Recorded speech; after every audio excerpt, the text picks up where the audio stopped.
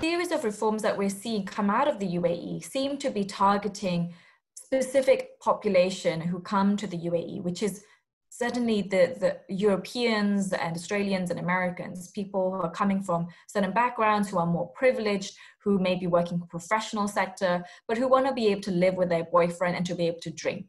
And these rules now potentially allow for such people to be able to have and to feel a little bit safer in this country.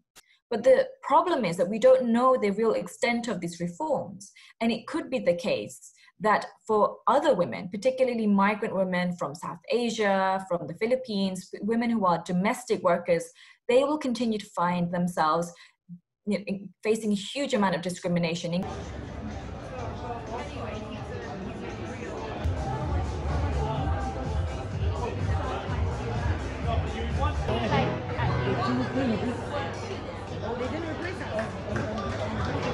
To say that they will allow unmarried couples to cohabitate is actually quite a big deal. But the problem is we just don't know what this means. Does it, if they still are going to arrest and prosecute people for having sex outside of marriage, that means some of the most vulnerable people in the country, migrant domestic workers, migrant women, particularly women who report rape, can still find themselves prosecuted. So we still need to see clarity around whether the authorities will stop punishing women for having sex outside of marriage, or where they are found pregnant, or they report rape in such situations.